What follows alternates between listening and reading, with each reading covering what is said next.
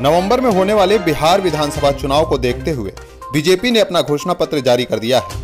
वित्त मंत्री निर्मला सीतारमण की मौजूदगी में पटना में यह संकल्प पत्र जारी किया गया। इस दौरान बीजेपी ने 11 बड़े संकल्प किए हैं और सत्ता में आने पर कई वादों को पूरा करने का दावा भी किया है। बीजेपी की ओर से नए नारे भी दिए गए हैं, जिसमें भाजपा है तो भरोसा है और 5 सूत्र 1 लक्ष्य 11 संकल्प भी शामिल है।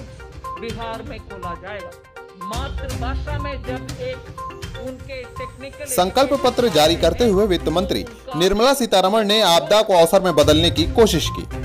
वित्त मंत्री ने कहा कि जैसे ही कोरोना वैक्सीन आती है, हर बिहारवासी को कोरोना वैक्सीन का टीका निःशुल्क लगाया जाएगा।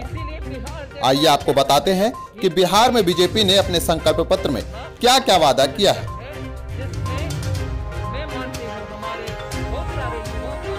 हर बिहारवासी को कोरोना वैक्सीन का निःशुल्क टीकाकरण करवाना, मेडिकल, इंजीनियरिंग समेत अन्य तकनीकी शिक्षा को हिंदी भाषा में उपलब्ध कराना, 1 साल में पूरे प्रदेश में 3 लाख नए शिक्षकों की भर्ती करना, नेक्स्ट जनरेशन IT हब में 5 साल में 5 लाख रोजगार देना, 1 करोड़ महिलाओं को आत्मनिर्भर बनाने का वादा, 1 लाख लोगों को स्वास्थ्य विभाग में नौकरी, 2024 तक दरभंगा एम्स को चालू करवाना, धान और गेहूं के बाद दलहन की खरीद भी MSP की दरों पर, 30 लाख लोगों को 2022 तक पक्के मकान देने का वादा, 2 साल में 15 नए प्रोसेसिंग उद्योग लगाने का वादा, 2 साल में मीठे पानी में पलने वाली मछलियों का उत्पादन बढ़ाना और आखिर में किसान उत्पाद संघों की बेहतर सप्लाई चेन बनाना, जिससे 10 लाख रोजगार पैदा होंगे। अच्छा सा फिशिंग का कैपेसिटी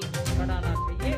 उसमें हमारे संकल्प पत्र के लाइन ये है कि बिहार को नंबर 1 स्टेट बना देंगे। खैर ये वादा बिहार में किया गया है, क्योंकि बिहार में चुनाव है और अब कुछ महीनों बाद यूपी में होने वाले विधानसभा चुनाव की भी घोषणा हो जाएगी, जिसमें बीजेपी 2017 की तरह फिर से संकल्प पत्र जारी करेगी। आइए आपको एक बार याद दिला दें कि बीजेपी ने 2017 में यूपी की जनता और युवाओं से क्या वादा किया था। फिर आप खुद तय करिए कि सत्ता में आने के बाद बीजेपी ने कितने वादों को पूरा किया है।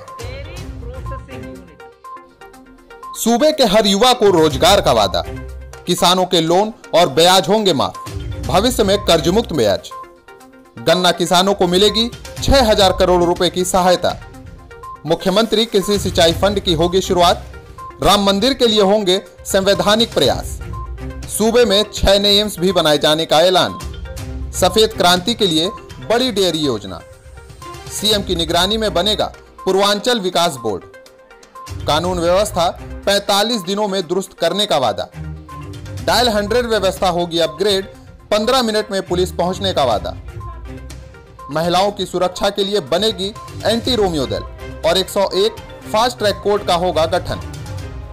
यूपी के युवाओं को नौकरी में प्राथमिकता, सभी अवैध मवेशी कत्लखाने बंद होंगे और यांत्रिक कत्लखाने शुरू होंगे। 1 लाख से ज्यादा खाली पुलिस पदों को एक साथ भरने की प्रक्रिया शुरू होगी। साल में प्रदेश में आए भ्रष्टाचार के मामलों के लिए टास्क फोर्स बनाएंगे। ग्रेड C और D की नौकरियों में इंटरव्यू खत्म कर दिए जाएंगे।